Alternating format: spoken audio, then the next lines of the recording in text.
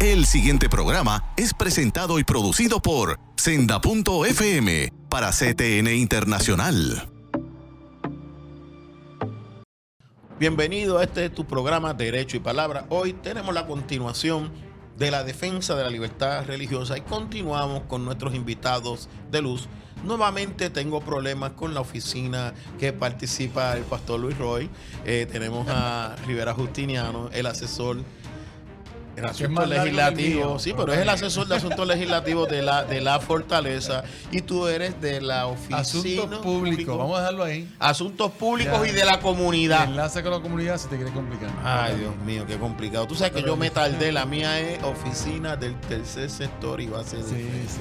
Pero como todo el mundo decía base de fe, yo no, dejaron este tercer sector fuera, no se puede dejar. Yo digo, como dice el pastor Mario, siervos inútiles, hermano de un Dios poderoso. Eso es así.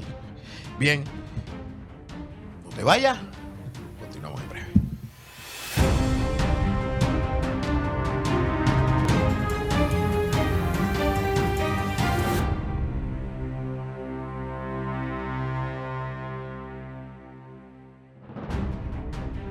Bienvenidos a esta primera parte de tu programa Derecho y Palabra. Hoy en este programa vamos a tratar de...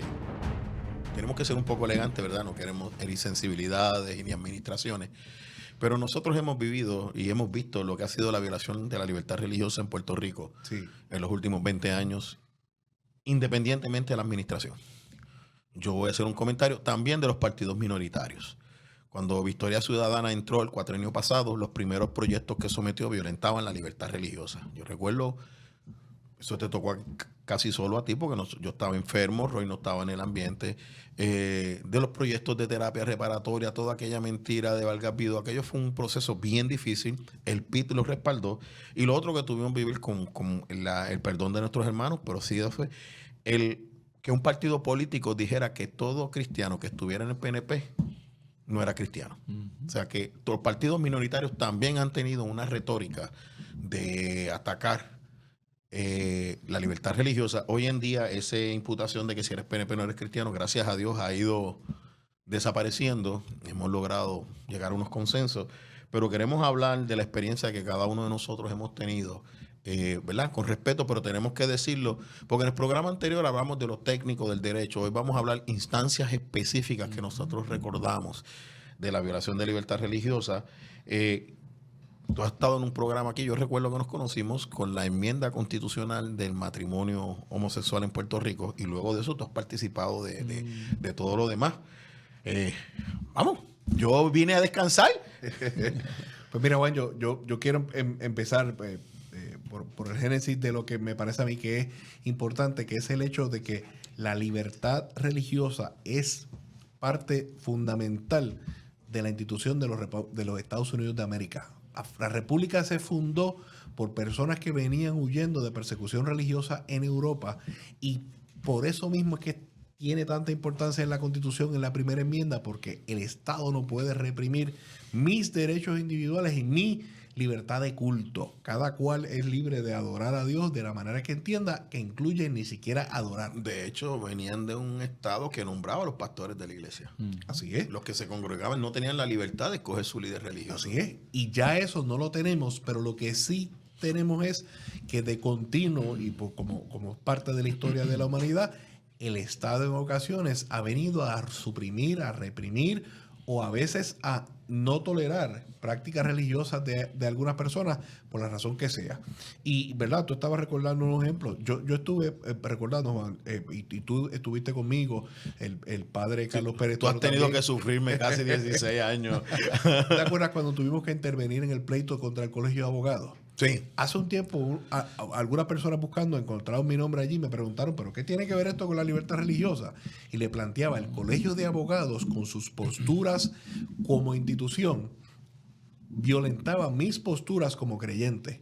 Y yo tenía que estar enyuntado, como digo yo, con el colegio hasta que finalmente se recuerdo que enmendó la Marvin ley. Vela dijo, el Colegio de Abogados es mi iglesia. ¿Tú te Así acuerdas es. de aquella frase? Así es. Y Y el nosotros Colegio de fuimos al Abogados Supremo y le dijimos, mire, Tribunal Supremo, mire, nunca fue mi iglesia, no lo podía hacer y mis derechos como abogado estaban siendo infringidos porque el Estado me quería obligar a pertenecer a ese grupo que se consideraba a sí mismo una religión. Yo recuerdo, estaba Padre Carlos, fue uno de sus primeros escritos, estuviste tú, y uno de las frustraciones más grandes es que el Tribunal Supremo ni siquiera tocó nuestros alegatos de violación de libertad religiosa, y una ley federal que aplicaba en Puerto Rico solamente ha sido nombrada en una disidente en el caso del obispo de la Iglesia Católica, ¿te acuerdas? Sí, que la mencionó Anabel, porque el Supremo de Puerto Rico nunca ha querido resolver el planteamiento de libertad religiosa bajo la ley federal de Religious Freedom Retravention, que dice que si tú vas a infringir la libertad religiosa, tiene que ser con el medio menos honoroso. O sea, y tú y yo lo planteamos y el Tribunal Supremo no lo tomó en consideración. Volvió a suceder en el caso de los trabajadores sociales.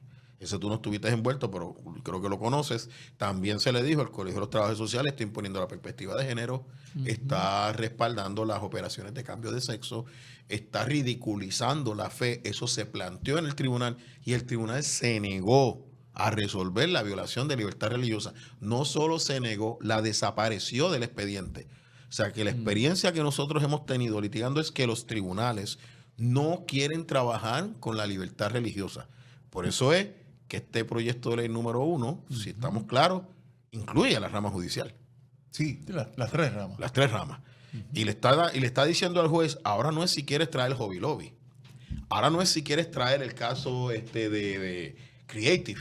Ahora es que yo por ley te estoy mandando que cuando te traigan ese planteamiento, tú tienes que atenderlo. ¿Estoy correcto? Está correcto. Sí, por la experiencia que nosotros hemos tenido. Pero estamos hablando que el caso del Colegio de Abogados fue 2014, si no falla la memoria. Sí, yo estaba en Disney viendo la ballena y mi esposa me dice, ¿qué pasó? Olvídate de la ballena.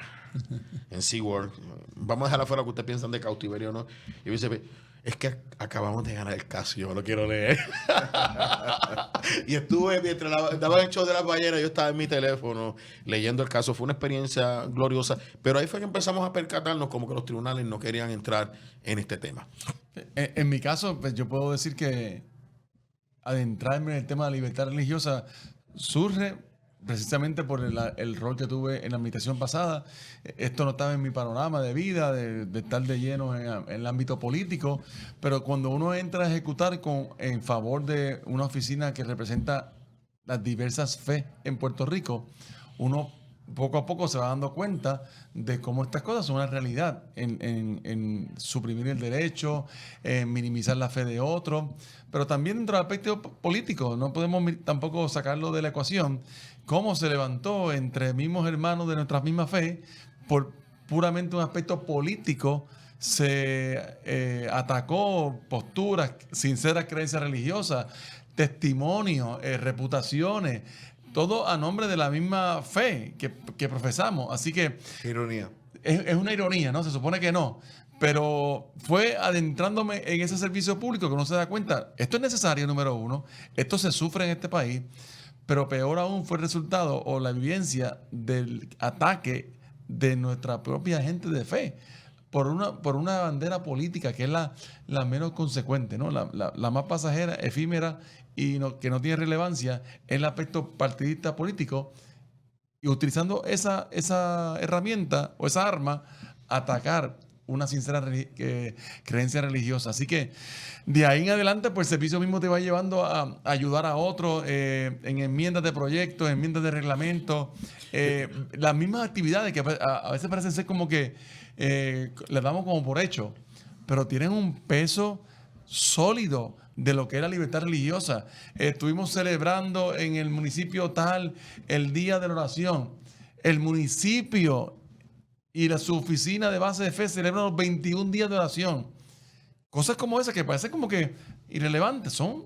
Perdóname. Contribuyen. Eso requirió una pelea también legal en el tribunal y me consta, yo fui uno de los abogados de ese caso cuando se demandó a la Cámara de Representantes, que estaba tratando de impulsar este tipo de actividades totalmente de manera voluntaria. Y el voluntaria. El tribunal evaluó, ¿verdad? Aunque no resolvió por los méritos, el tribunal evaluó el hecho de que era una actividad voluntaria. O sea que mientras hay personas que quieren participar de actividades religiosas, hay personas que no.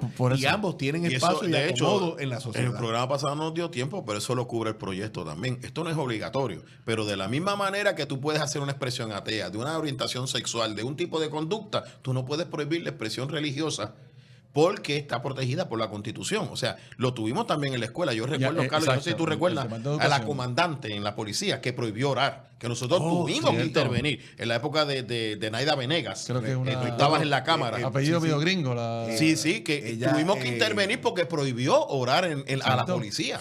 Superintendente.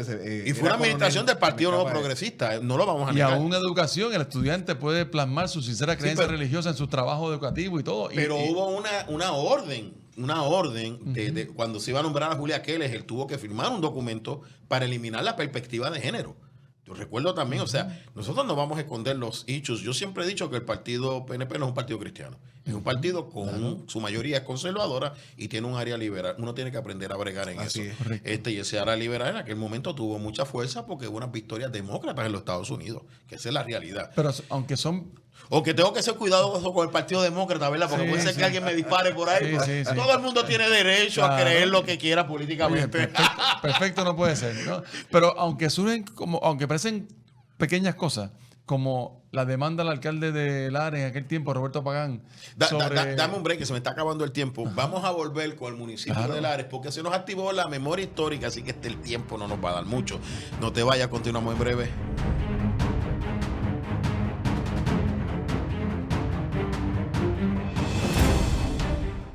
Busca a CTNI en YouTube y sé uno de los miles que se han suscrito para disfrutar on demand de la gran variedad de programas diseñados para ti. Suscríbete al canal de YouTube de CTN Internacional.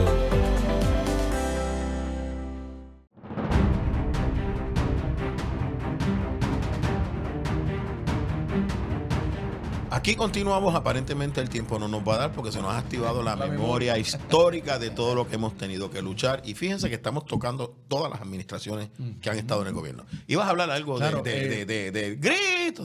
Hablando de estas pequeñas... El municipio del grito. Estas victorias pequeñas, pero que contribuyen grandemente a defender el principio o derecho constitucional de la libertad religiosa. El alcalde de Lares, en aquel tiempo Roberto Pagán, puso a la entrada de Lares ciudad de cielos abiertos. Y lo llevaron al Tribunal Federal, no sé, algo ateos por algo, o algo se llamaba la... Me parece que ese pleito que no participara la organización se llamaba, o se llama todavía, las Humanistas Seculares. Humanistas Seculares. Y el Tribunal Federal le dio la razón al municipio. Yo estuve en el caso de Cabo Rojo, yo creo que ustedes tienen que conocerlo, tú vienes de allá con Norman, cuando pusieron un nacimiento, que lo impugnaron en el tribunal, que fue el juez Conti. Yo tuve que ir porque no había un abogado que fuera, yo fui con Milton Picón. Y en el Tribunal Supremo, y tú sabes lo que tuvimos que hacer, tú sabes lo que tuvimos que hacer para ganarlo, porque el juez estaba como, lo que hemos aprendido, que los jueces no dominan mucho este derecho. Y mira, juez, yo hablé sin ser abogado ni de parte y me dejaron hablar. Es que la luz no sale del municipio, la luz está saliendo de una propiedad privada. Entonces el tribunal, si el tribunal no está invirtiendo dinero para celebrar la Navidad con un nacimiento en Cabo Rojo, ellos lo impugnaron. Y en el caso de la Navidad es importantísimo destacar, porque se ha litigado en Estados Unidos y en Puerto Rico en ese caso, no recuerdo otro, además de ser una festividad cultural, no habría Navidad sin cristianismo. Exacto. Porque no habría cristianismo sin Navidad. Y entonces, ¿verdad? Es importante. Y quítale una Navidad a un puertorriqueño, es más, quítale una Navidad a un ateo, ¿verdad? Que por otras razones Holiday season, era que lo querían llamar. Y disfruta. Y no, es la Navidad, es la conmemoración cristiana del nacimiento de nuestro Señor. Pero hay una vinculación religiosa que muchas personas han querido borrar de nuestra identidad y es imposible. De hecho, todo este hemisferio comenzó su relación con Europa y con los colonizadores, como algunos quieren llamar, pues sí, como parte de un esfuerzo religioso. Y eso es parte de nuestra historia y no es parte de la cultura. Y no lo podemos borrar de golpe y porrazo. Y ojo, no estamos diciendo que se van a imponer creencias religiosas. Se van a proteger, van a proteger. Porque ya existían y nos las quieren quitar. Y la importancia de la separación de iglesia y Estado es para que el Estado no imponga una religión oficial, pero para que el Estado no prohíba el libre ejercicio de la y ahí la primera enmienda es la herramienta más útil. Y estamos siendo partícipes de una... Oye, pero... como puertorriqueños, ¿no? Como Puerto Rico, de tener esas dos constituciones. He conocido casos. Yo tuve un profesor cuando yo estuve en Haggai Institute, allá en Maui, Hawái, el cual el profesor viene de un país que es musulmán, donde el Islam es la ley. Y él decía, yo trabajo en una empresa privada, en este caso, privada, y por ser cristiano, yo tengo hasta un límite de jerarquía donde puedo crecer. ¿Por qué? Porque de ahí en adelante, si no eres musulmán, no asciende. O sea, es el Estado de Derecho en ese país de empresa privada. Y el Estado lo avala. Mira, si lo podemos... Es un mito decir que la religión no se impone. Estados Unidos es el único que tiene esa cláusula de libertad religiosa. Es parte intrínseca de su cultura, de su fundamento. De los fundamentos de la República, pero eso no ha significado que durante últimos años, como hay gente que quiere cambiar la sociedad, ese es uno de los... Pero vamos a las iglesias escuelas. Ese caso fue resuelto a principios del siglo XX y en Puerto Rico el secretario de Justicia, Mercado, me ayuda con el nombre después, de Alejandro García Padilla, de golpe y porrazo sacó una carta circular eliminando las iglesias escuelas diciendo que hacía 20 años atrás la ley había sido derogada. Sánchez Betance, el compañero Sánchez Betance, se me escapa. No fue justicia, fue el secretario de Justicia de Alejandro García Padilla. De Justicia. El secretario de Justicia emitió una carta circular, una opinión, diciendo que la ley de iglesia escuela había sido derogada en el 90. Recuerdo. Que Padre Carlos erradicó una querella porque públicamente atacó al Padre Carlos por haber ido al caso Iglesia Escuela con un clerical. Cierto. ¿Tú te acuerdas de eso? Tú no estabas en el caso, pero tú estabas allá ayudándonos por el conocimiento que tú tienes. Ellos eliminaron las iglesias escuelas con una opinión, diciendo que la legislatura había eliminado en el 90 la ley de iglesias escuelas cuando estaba vigente, y nuevamente el tribunal no quiso aplicar el principio religioso de Religious Freedom Restoration Act. Ganamos el caso, fuimos a la legislatura, y en la legislatura dijeron que esa ley de libertad religiosa no existía. En el tribunal dijeron que los otros abogados de las iglesias escuelas estaban mintiendo, induciendo error. Y el día de la vista, la abogada dijo que tenemos muy buena relación hoy en día, porque uno pelea en el tribunal, pero no es mi enemiga. Reconoció que la ley aplicaba, o sea, que decía, o sea, que usted, consejo, están supervisando instituciones religiosas y ustedes no conocían que esta ley aplicaba a Puerto Rico. O sea, que no solo es maldad, hay falta de conocimiento. Y en ese caso particular, se cerraban 100 iglesias escuelas. Se dejaban fuera 500 empleados y 5,000 estudiantes. Wow. Eso pasó en Puerto Rico. Vinieron las investigaciones de las iglesias, ¿te acuerdas? Recuerdo. Sobre 400 y pico de querella, que ahí fue que nosotros empezamos a darnos cuenta de la existencia de la iglesia en la Constitución, lo que eso significaba. Y viene como consecuencia, y tú estuviste envuelto, recuerdo que hubo un debate con el secretario de Estado, que no quería unas palabras, de definir lo que es la personalidad jurídica de la iglesia, ¿te acuerdas? Sí, señor. Que tú tuviste que hilar bien finito en la Cámara, que me sacaron de Cabo Rojo para llegar a un consenso con una palabra, porque ninguno de los abogados delante de nosotros podía llegar a consenso, y cuando yo llegué con un cambio de palabra, ¿verdad? La experiencia que nos da el proceso legislativo, que no es el mismo que el judicial, y llegamos a un consenso, y fue necesario porque se estaban investigando las iglesias como si fueran corporaciones. O sea, esos dos casos fueron los dos casos de persecución religiosa que fueron propiciados por la administración de García Padilla. Eso no lo podemos borrar. ¿Tú no te acuerdas de eso? Sí, me acuerdo. Y me parece que es parte de lo que te decía, de que algunas personas, por la razón que sea, quieren cambiar la sociedad, y para ello tienen un obstáculo bien grande, porque es parte de nuestra identidad como pueblo y parte de nuestra identidad personal, nuestras creencias religiosas, y no se las vamos a ceder a nadie. Correcto. Por razón de su afanes políticos, porque son lo que nos hacen a nosotros parte intrínseca de esta sociedad. Vamos a entrar a lo más cercano. Caso de Fresí. Lo mencionamos en el programa pasado, resuelve que la libertad religiosa es del individuo y que con una declaración jurada, una expresión del individuo, el Estado tenía que respetar, y era un caso de vacuna. En un caso de vacuna, en Puerto Rico sale una orden ejecutiva. Vamos a aclarar que los abogados cristianos que estamos en la administración sufrimos mucho, o sea, pero nosotros estamos aquí, no nos quitamos, el tiempo nos bendijo, el gobernador escuchó. Hubo que ir al tribunal para que se reconociera la libertad religiosa del individuo, pero el problema es que durante 30 años ese caso estuvo vigente y la legislación no cambió. Lo que para mí demuestra, bueno, no hubo desconocimiento de la orden ejecutiva, no me consta. Yo sí sé que yo hice unas comunicaciones con el Departamento de Salud. No se corrigió, vieron las demandas, pero luego vino un proceso muy sanador de diálogo que se corrigió lo de las vacunas en la escuela, se corrigió lo de las iglesias, y yo creo que los médicos, y ese asunto, ese choque, porque los abogados que demandamos éramos PNP, éramos del Partido Nuevo Progresista, bueno, la mayoría, llevó a crear una realidad dentro yo creo que incluso Tomás fue el mejor que la vio, y Keren, pero Keren no revalidó, de que hay unas legislaciones que se tienen que poner al día, pero fue consecuencia de todo eso. ¿Cómo usted lo ven? Mira, trayendo ese mismo tracto histórico, nos consta de la administración pasada, lo que pudimos trabajar en conjunto, en equipo. Sí, eso te tocó a ti parte. Sí, y son batallas que la gente aún ni conoce, pero lo que tres que estamos aquí sentados y otros fuimos parte, y para mí es más importante el resultado que el protagonismo. No, y después del resultado, los mismos nuestros nos dijeron, ustedes se vendieron al diablo. ¿Tú te acuerdas de eso? Pero ya yo estaba curado y yo me fui, ya yo hice lo que me tocaba, me levanté y me fui. Pero la pandemia, volviendo al punto de esa última crisis, ¿no?, levantó una serie de argumentos y de violaciones constitucionales que tal vez habían pasado desapercibidas por tantos años. Cuando la gente empezó a decir, Pedro Pierluisi quiere meter a la gente presa por la vacuna, eso lleva 40 años de reglamento. ¿Y alguien había dicho algo anteriormente de eso? No. Pero nada, lo importante es lo que se trabajó.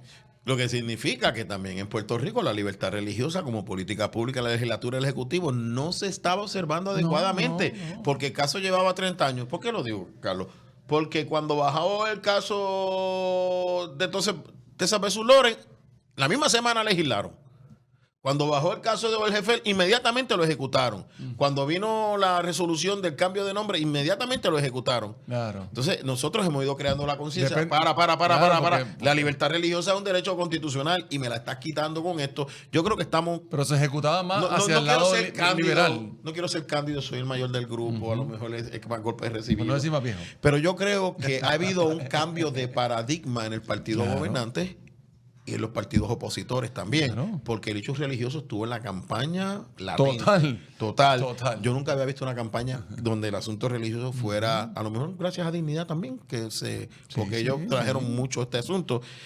Pero vamos a dejar eso para los últimos 4 minutos. Es una pena que el tiempo no nos dé. No podemos hacer una continuación porque todos tenemos compromiso, pero esto está bien bueno. No se vayan, continuamos en breve.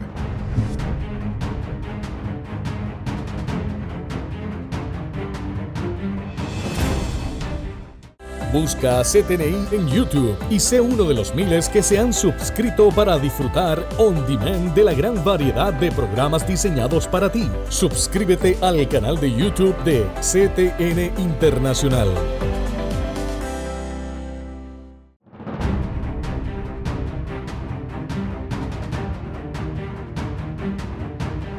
Carlos, tú que llevas mucho tiempo, es tu segundo término como asesor legislativo en la Fortaleza. Gracias a ¿Cómo Dios. tú crees que esto ha afectado los procesos de política pública del gobierno en la legislatura y en la Fortaleza? Yo creo que se ha sensibilizado la sociedad de que este es un problema, y es un problema a resolver que el Estado tiene que atender.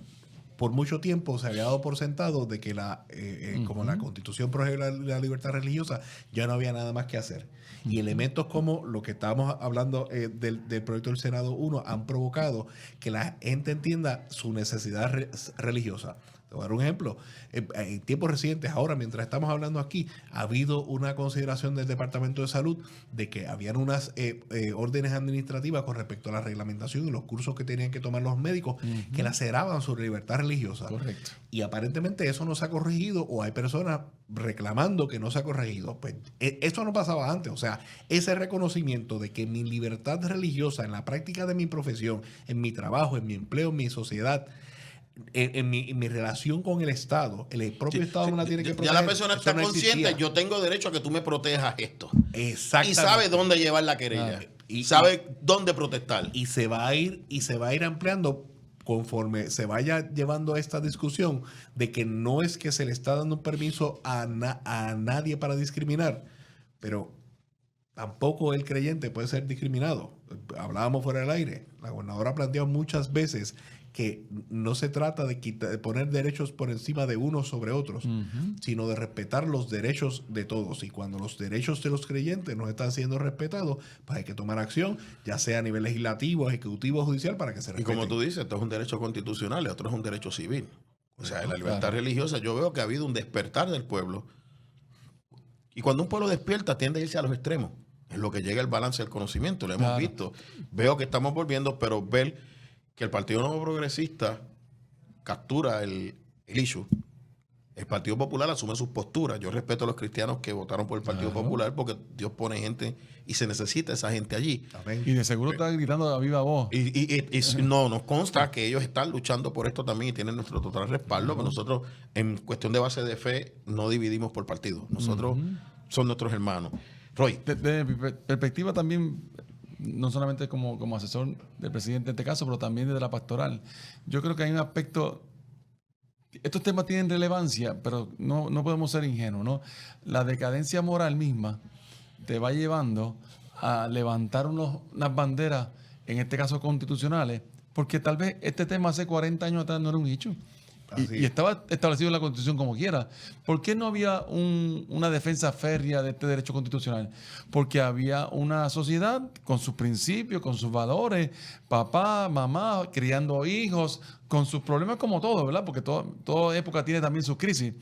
Pero lo que quiero plasmar es que vemos una decadencia moral, vemos como este extremo hacia apartarnos de los principios judeocristianos establecidos en la palabra del Señor. Y entonces eso va a levantar una defensa férrea de principios como este. ¿Cuándo era inimaginable de pensar que un departamento de salud, luego que trabajamos en la mesa esa orden administrativa, el que unos médicos tuvieran que tomar por obligación unos cursos para la comunidad LGBTQ+? ¿Cuándo eso era pensable? Imponerle el lenguaje. Y me tiene que tratar cambiarle como la forma de hablar. Mi hermano, o sea, hasta meterte en la psiqui, ¿no? De la persona y cambiar el lenguaje.